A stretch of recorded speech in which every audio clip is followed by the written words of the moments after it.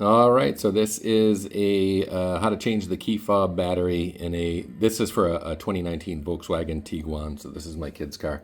The requires no tools. I'm actually going to use the keychain that we have with it. This is my version of her keychain, but basically the physical key on this is here.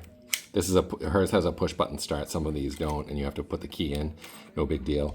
Now that the key has popped out, it's going to create that. It creates that little area where the key was. All I'm going to do is I'm going to take this because it fits perfectly, and I'm just going to spin this around so it pops the top off. Whoa! Wear eye protection maybe on that one. I just did this a test run. It went flying onto the floor. You can use your fingernail on this stuff. I'm gonna, for the purposes of demonstration, I'm gonna use a flathead to pop this. So I'm just gonna pop this out if I can.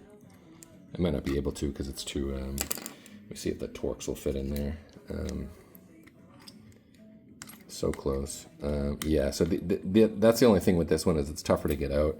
I need something a little bit pointier. So let me go into here. I'm going to use just a smaller tool to get in here. I'm just going to pop it. Man, I'm telling you, we got some flying parts today.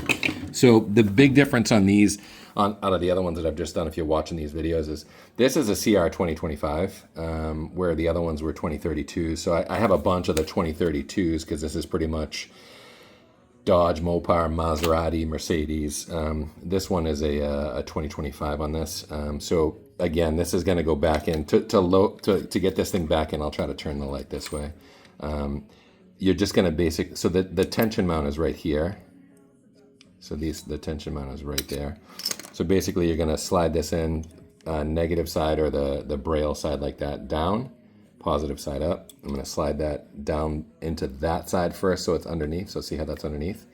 Then when I push it down in, it's just going to click back in and hold. So that's in. And then basically the plastic cover is going to snap back on. This is probably the easiest key fob to change. I'm going to end up just sliding it back in. So I'm going to put it in like so that the tab's under that side and it's open here. And I'm just going to snap it back. So, and then it's back together. So just check the seams, make sure, and then make sure you can fold your key away. And then we always do this with these. Give me the money, give me the money. It's just a thing that we do in our neighborhood. All right, I hope this helps. Peace.